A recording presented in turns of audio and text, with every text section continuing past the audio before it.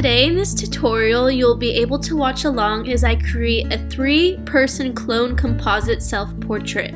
I will show you how to add in the fairy wings and also paint and create the background in. And these are the 3 before images I used to create the final picture. I used only natural light and used a blue backdrop so that it was easier to Photoshop later on. And these are some of the fairy wings I used in the final picture. So we're going to start with this picture as the main image we're going to build off of. The first thing that I'm doing right now is increasing the canvas size, so now I have white spaces around my picture and room to place the other dancing fairies. The first thing I'm going to do is use the lasso selection tool to create an outline around my body until I see the marching ants. Then I'm going to hit Control Copy, then I'm going to go to the main image and hit Control Paste on the main image. And then I'm going to move around my selection until I find the best place for it. Kind of like a Photoshop plastic surgeon, I'm going to use a quick selection tool to copy and paste a picture of a right leg from a different picture. I'm going to copy and paste that onto the main image and use that as the leg in the middle dancing fairy. And I'm going to transform that selection by hitting Command T on my Mac keyboard and then just rotating the sides of the selection and putting it in place. Then I'm going to create a layer mask, and with black on top over white, as you can see in the bottom left hand corner, I'm going to erase away from the selection where we don't want the selection to appear so that my left pointed foot can show through. And then once we're done with that, we're going to fix the layering a little bit, the masking, by hitting X on my keyboard to bring up white on top and painting the layer back in where it's needed. This is a clone composite, so we will be using the paintbrush tool a lot in this tutorial.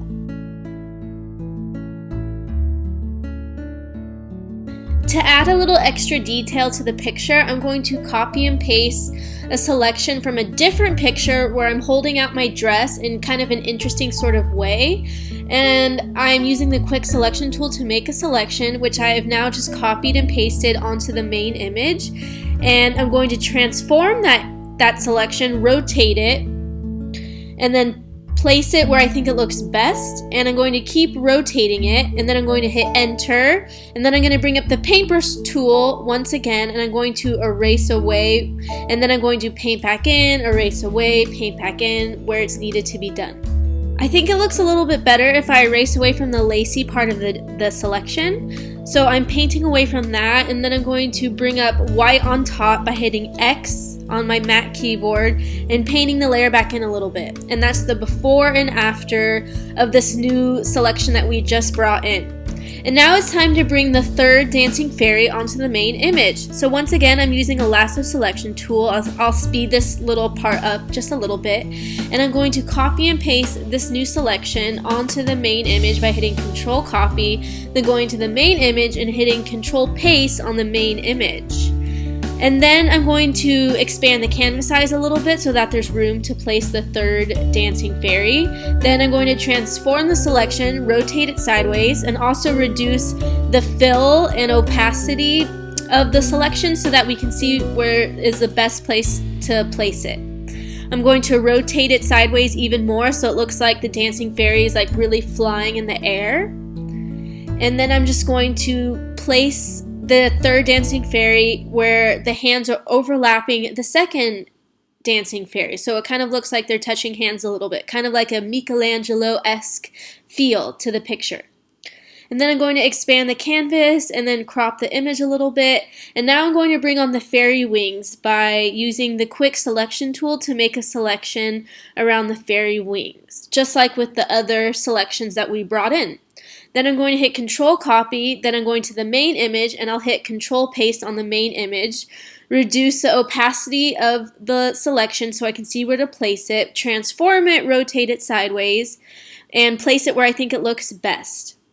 Then I'm going to create my layer mask and erase away from the layer where we don't want it to show up. And then after doing that, I will hit X on my keyboard to bring up white on top on the paintbrush tool so I can paint the fairy wings back in where I want them to be painted back in. And I'm just going to keep painting away until the wings look like they're realistically on my back and a part of the picture. Then I'm going to return to the picture of the fairy wings, and I'm going to copy and paste, this time, the right side of the fairy wings. I'm going to transform it by hitting Command T on my Mac keyboard so I can rotate it sideways, then move it onto the second dancing fairy. Then I'm going to make the wings a little bit larger, rotate it sideways, and then I'm going to zoom in a little bit on the image, create my layer mask, and with black on top of the paintbrush tool, I'm going to erase away from the selection where we don't want it to show up in the picture. And then, just like with the other selections, after doing that, I'll hit X on my keyboard to bring up white on top on the paintbrush tool and paint back in where it's necessary. And as I'm painting away, very often I'll paint away at the actual skin of the person so that the arms will appear a little bit thinner.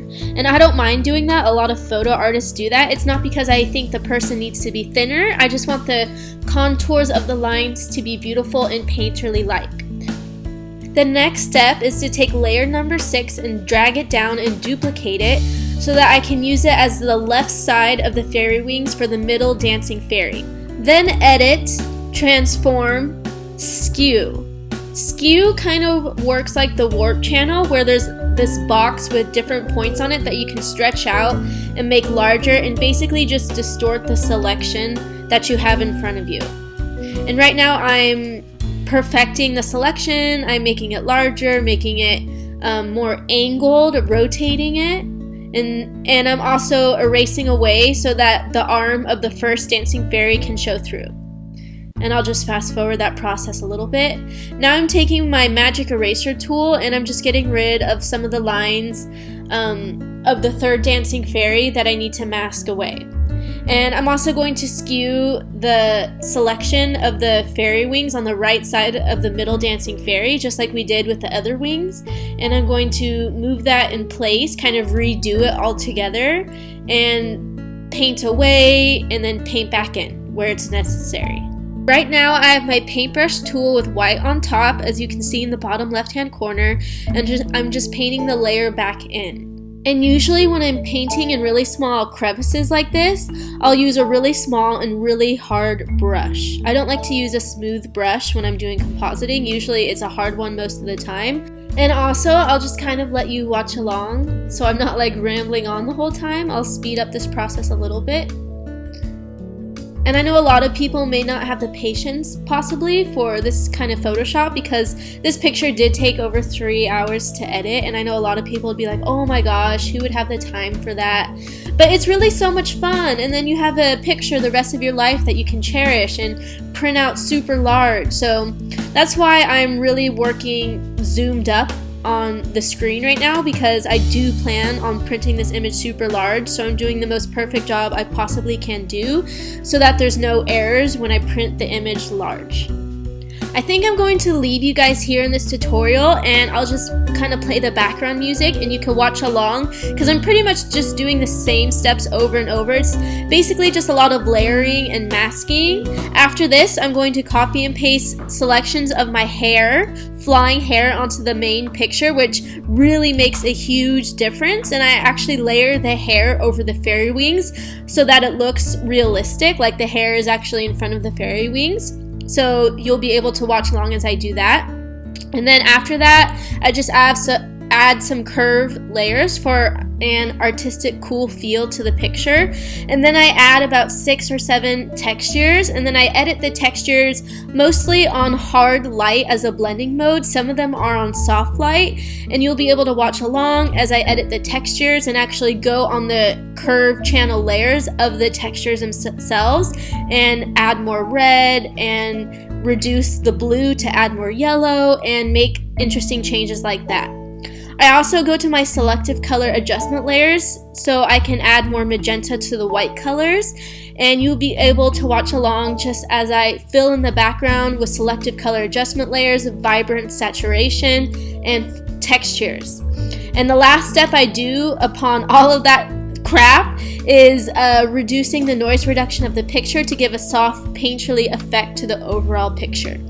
Thank you so much for watching this tutorial. If you guys have any questions whatsoever, please don't hesitate to comment in the comment section below, or you can add me as a friend on Facebook and message me. Thank you again so much for watching this tutorial. Now just sit back, relax, enjoy the music, and enjoy the rest of the video.